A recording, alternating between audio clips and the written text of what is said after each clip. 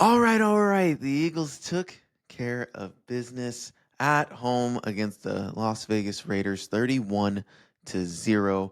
What's going on, guys? My name is Marcos Conan Negron, and I'm coming to you with another post-game pod on the Behind the Back podcast for the Philadelphia Eagles. Right?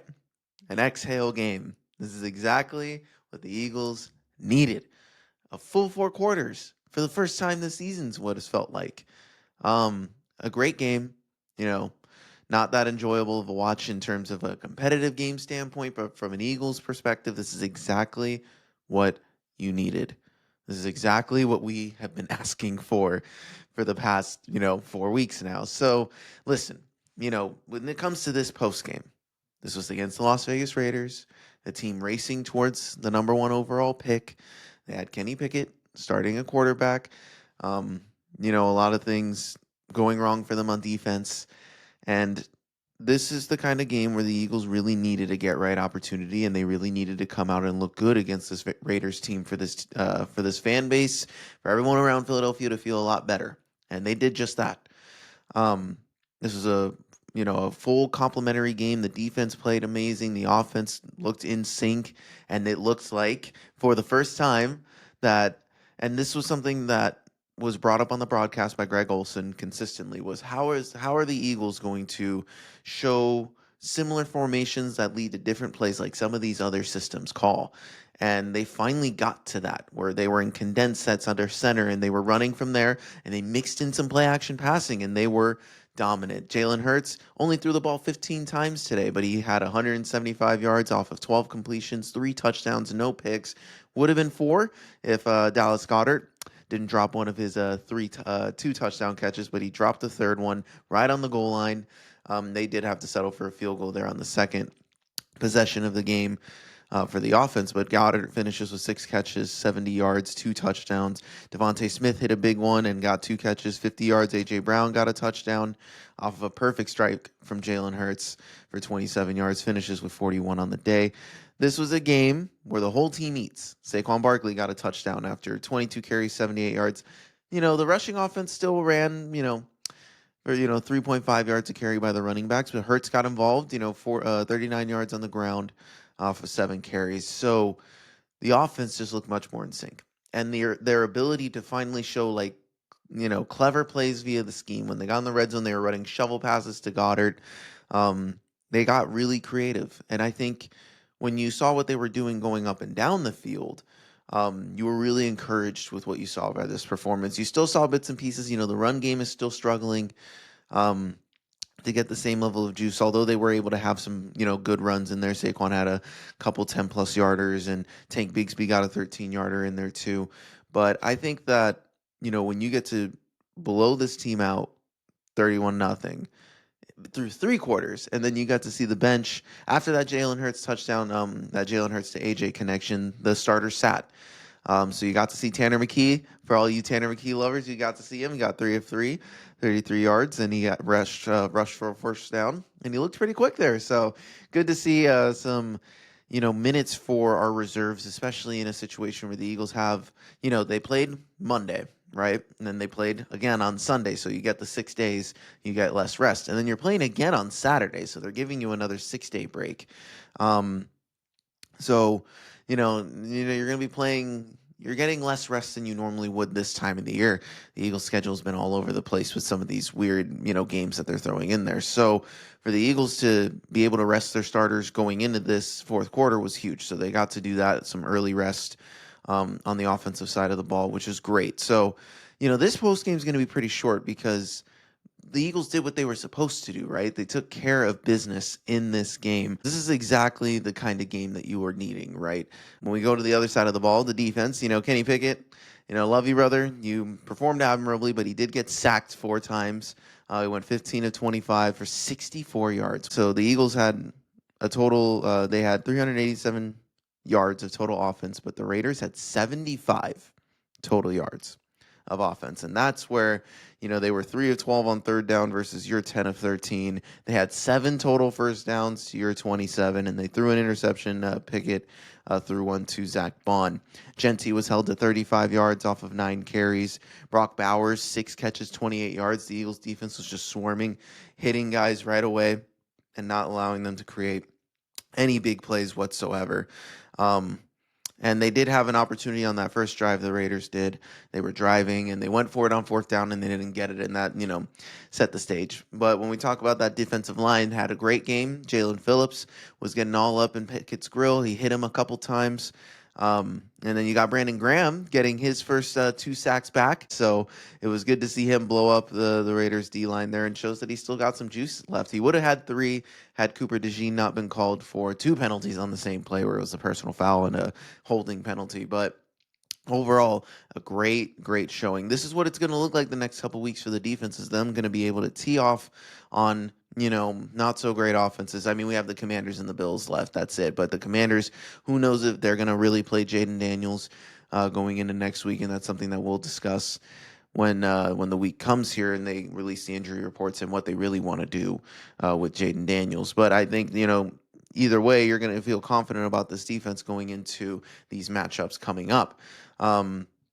So when we look at this, so shout out to the offense, shout out to the defense, shout out to special teams. Everybody did their part and took care of this. You don't win 31-0 without a complete team game. And that's exactly what we were asking for, right? And we only had 3 penalties each way. It started, a lot of penalties early on in the game, but then they really just let both of these teams go. I mean, we dominated time of possession 39-20. It was really a great showing. So when we talk about just the overall, right? This puts you in a spot now. The Cowboys lost on Sunday Night Football to the Minnesota Vikings, which was huge. That effectively ended their chances and put the Eagles in pole position, to maintain back-to-back division wins, right? All the Eagles need to do is win on Saturday against the Commanders, and they will have clinched the division for the first time, back-to-back division winners for the first time since 2003, 2004. So great opportunity in front of the Eagles. They have everything in front of them. The 3-game skid ends in a good fashion here. And when we look at the rest of the conference, the Rams, they won, right? They beat the Lions, but Devontae Adams has a hamstring injury. We don't know how serious that is. Hopefully he's not out too long, but that is something to monitor. When you look at the Packers, they lost a tough game to the Broncos, and Micah Parsons is feared to be out with a torn ACL, and Christian Watson got hurt as well. So the Packers are just going through it, and they are a weaker team going into the playoffs. And the Seahawks almost lost to Phillip Rivers, so and you have the Niners. So when you talk about who the Eagles are going to be playing, it's going to be either one of these Seahawks, 49ers, Packers, Lions combination, right? And that makes for an interesting dynamic of who you would really want to face in the playoffs. And I'm sure Ben and I are going to, do that game when we, play that game before the playoffs come, before we make our playoff predictions like we do every year. But I think that, this is a great spot for the Eagles. They're in the 3rd seed. They're going to try and push the Bears for that 2nd seed, or whoever the winner of that NFC North is.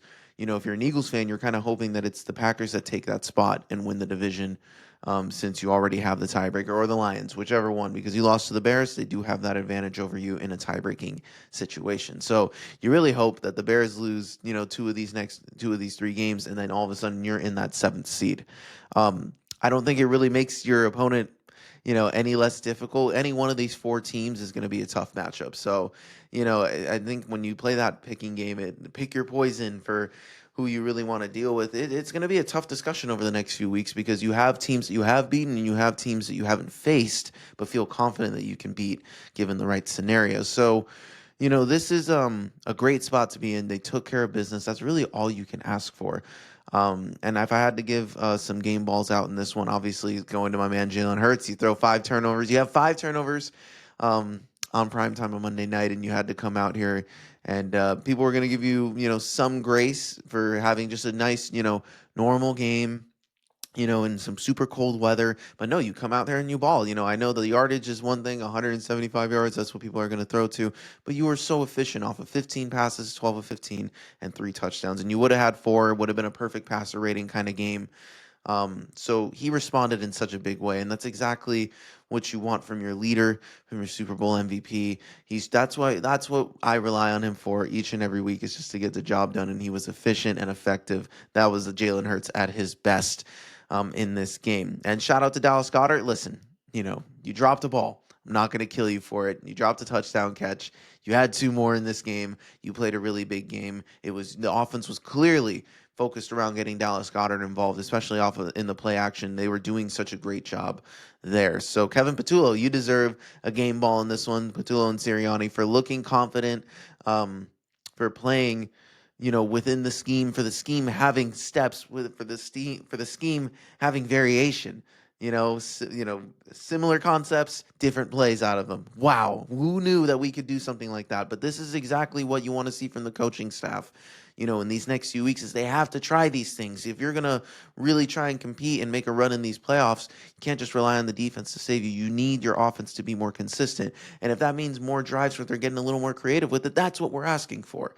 And that should be enough to get the job done, to make things easier on these guys moving forward. So that was huge. And the defense, that whole defense, again, has to get a game ball just for the way they shut down the Raiders. You put up less than 100 yards of total offense.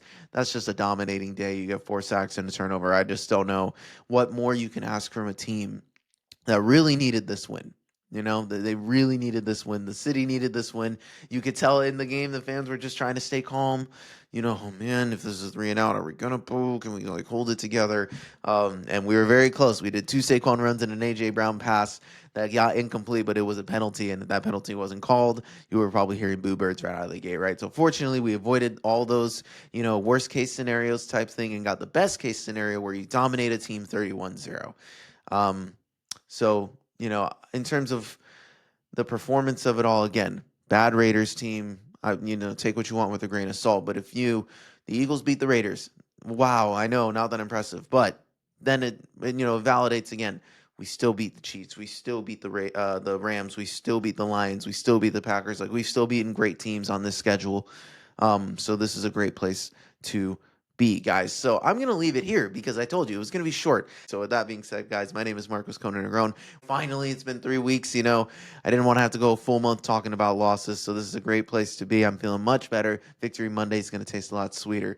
And obviously the Niners picked up a big win against the Titans, and we are now one step closer to playing each other round 1. So this is going to be an interesting next couple of weeks, how this turns out for both of our squads. But I'm Marcos Conan Negron. I feel really good about this week. For all you guys who want to hit us up, you can hit us up at behindthebackpod13@gmail.com. You can hit us up all of our social medias. The links to each are down below. Please give us a like, subscribe, rate, review, and follow the show. We appreciate all your guys' love and support as we grow with you each and every week. But a great week. This is exactly how you want to finish. Now we got a weird, Saturday game coming up this week, so we got to be ready for that. But I have confidence that my Birds will go on the road and take down the Commanders. But we'll break down that matchup with Benny here during the week. So with that being said, guys, we'll talk to you later. Peace. Fly, Eagles, fly, baby.